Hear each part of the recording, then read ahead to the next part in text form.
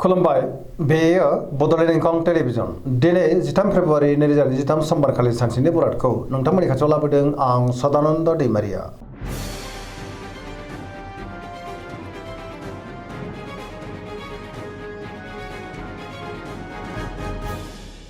सिगां फरायनो लादों मेष राशि गिबि हांखो अ ल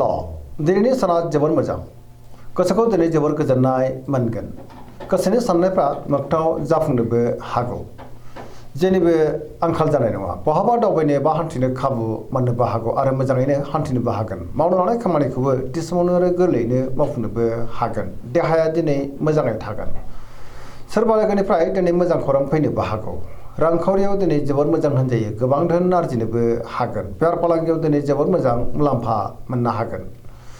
गुबुनजों मोजां सोमोन्दो लाखिनोबो रोंगोन सोरबा लोगोनिफ्राय थोजासे हेफाजाब मोननो हागौ न'खराव बिसि फिसायनि गेजेराव अननानै फैगोन गुबुननि थाखाय गोबां मोजां खामानि मावनानै होनोबो हागोन लाइमोनफ्रा दिनै जोबोर रमान्टिक जागोन आरो गावबा गावनि गोसोनि साननायखौ फोरमायलायनोबो हागोन पजिटिभ एनार्जिनि गोहोम गोग्लैनोबो हागौ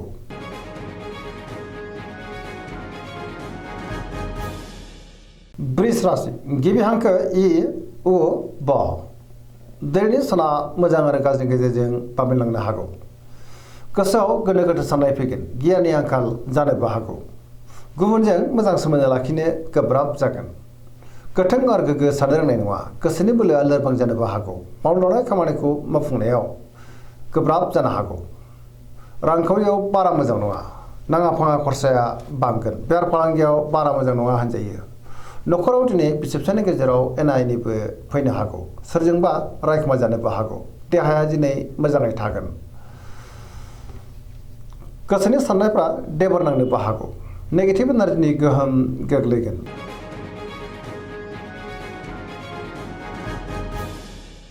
मिथुन राशि गिबि हांखो क स दिनैनि साना जोबोर मोजां पजिटिभ एनार्जिनि गोहोम गोग्लैगोन मोनफ्रोमबो खामानिखौनो दिनै मावफुंनो हागोन गियाननि आंखाल जानाय नङा गोसोआ दिनै जोबोर खुसि जागोन लाइमोनफ्रा जोबोर रमान्टिक जागोन आरो गावबा गावनि गोसोनि साननायखौ फोरमायलायनोबो हागोन देहाया दिनै मोजाङै थागोन अब्लाबो नाथाय जानाय लोंनायाव सांग्रां जानांगोन रांखावरियाव जोबोर मोजां बेफार फालांगियावबो जोबोर मोजां न'खराव बिसि फिसायनि गेजेराव अनलायनाय फैगोन समाजावबो गोबां मान मोननो हागोन गोसोनि बोलोआ बांगोन मावनो लानाय खामानिखौ थि समावनो आरो गोरलैयैनो मावफुंनो हागोन सोरजोंबा बाख्नाय जानोबो हागौ गुबुनजों दिनै मोजां सोमोन्दो लाखिनो रोंगोन सेंग्रा सिख्लाफ्रा जोबोर रमान्टिक जागोन आरो गावबा गावनि गोसोनि साननायखौ फोरमायलायनोबो हागोन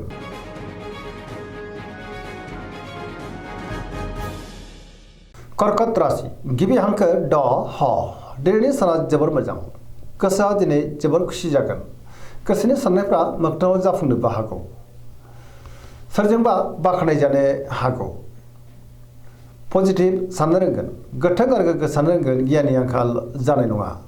मावनो लानाय खामानिखौ थि समावनो आरो गोरलैयैनो मावफुंनोबो हागोन रांखावरियाव दिनै जोबोर मोजां आयाबो बांनो हागौ बेफार फालांगियाव दिनै जोबोर मोजां मुलाम्फा मोनगोन न'खराव बिसि फिसायनि गेजेराव अनलायनाय फैगोन बिदा फंबायजों मोजां सोमोन्दो थागोन समाजाव दिनै लोगो लेवा बांनोबो हागौ देहाया दिनै मोजाङैनो थागोन गुबुननिफ्राय थोजासे हेफाजाब मोनगोन फरायसाफ्रा दिनै फरायनायाव गोसो दुंखांगोन आरो मोजां फिथाइ मोननोबो हागोन गुबुनजों दिनै मोजां सोमोन्दो लाखिनोबो रोंगोन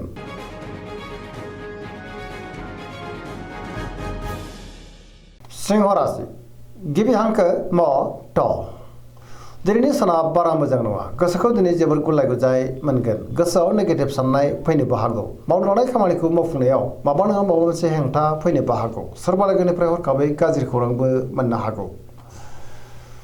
बहाबा दावबायनो एबा हान्थिनो खाबु मोनगोन आरो मोजाङैनो हान्थिनोबो हागोन रांखावरियाव मोजां अब्लाबो नाथाय खरसायाबो बांनो हागौ बेफार फालांगियाव मोजां होनजायो गोसोनि साननायफ्रा दिनै टेबर नांनोबो हागौ न'खराव बिसि फिसायनि गेजेराव अनलायनाय फैगोन समाजावबो मान मोननो हागोन अब्लाबो नाथाय गुबुननि गोसोखौ बोनो हानाय नङा देहाया मोजाङैनो थागोन गुबुननि थाखाय नाङा फाङा जेंनायाव गोग्लैनांनोबो हागौ गोसोआ दिनै जोबोर आला खाला जागोन नेगेटिभ एनार्जिनि गोहोम गोग्लैनो हागौ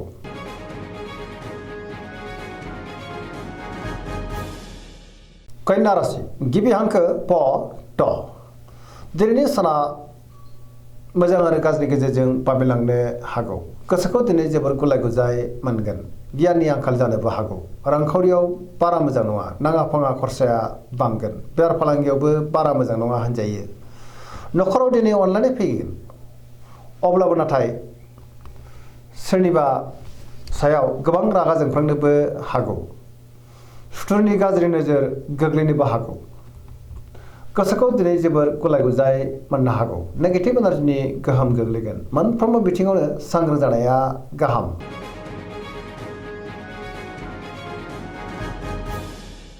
तुला राशि गिबि हांखो र ट दिनैनि साना मोजां आरो गाज्रिनि गेजेरजों बाबेलांनो हागौ गोसोखौ दिनै जोबोर गुलाय गुजाय मोनगोन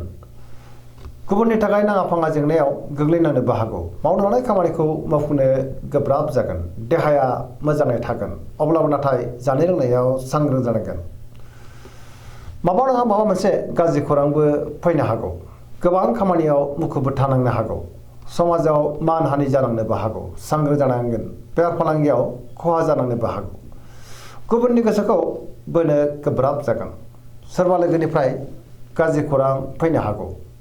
गोदान खामानियाव दिनै आखाइ होजेननो हानाय नङा लाइमोनफ्रा जोबोर आला खाला जागोन अब्लाबो नाथाय गोसोनि साननायखौ फोरमायलायनो हागोन नेगेटिभ एनार्जिनि गोहोमबो गोग्लैनो हागौ मोनफ्रोमबो बिथिङाव सांग्रां जानाया गाहाम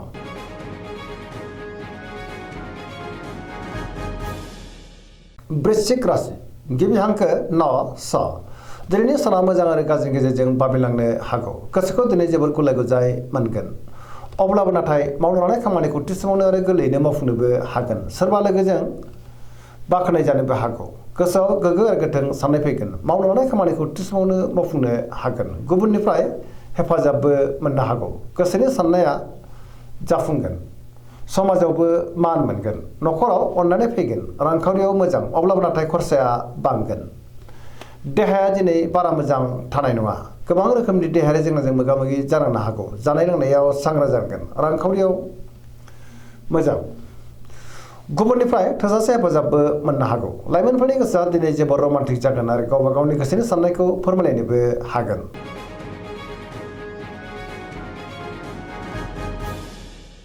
धनु राशि गिबि हांखो ध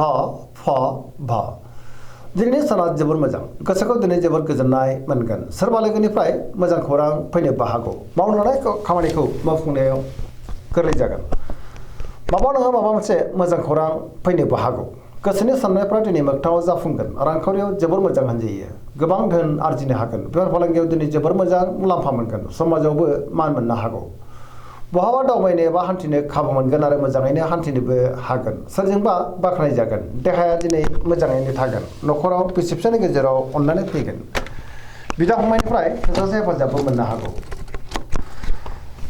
लाइमोनफोरनि गोसोआ दिनै जोबोर रमान्टिक जागोन आरो गावबा गावनि गोसोनि साननायखौ फोरमायलायनोबो हागोन गुबुनजों दिनै मोजां सोमोन्दो लाखिनो रोंगोन आरो पजिटिभ एनार्जिनि गोहोम गोग्लैनो हागौ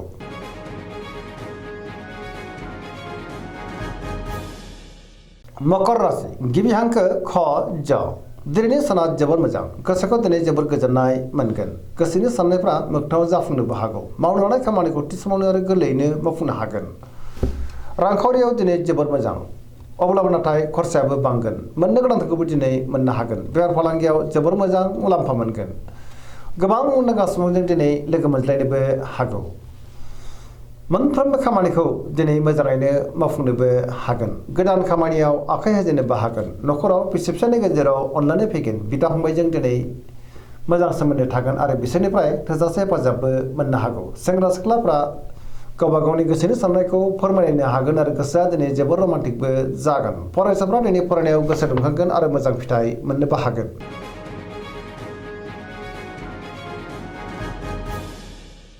कुम्भ राशि गिबि हांखो ग स दिनैनि साना मोजां आरो गाज्रिनि गेजेरजों बाबेलांगोन गोसोखौ दिनै जोबोर गुलाय गुजाय मोननो हागौ मावनो लानाय खामानिखौ थि समावनो मावफुंनो गोब्राब जागोन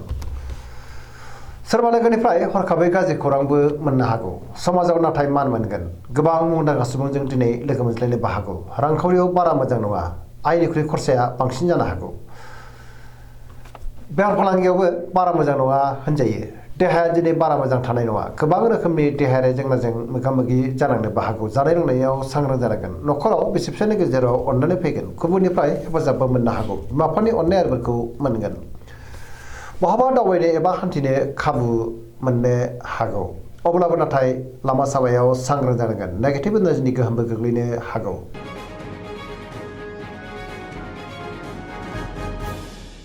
मीन राशि गिबि हांखो ड स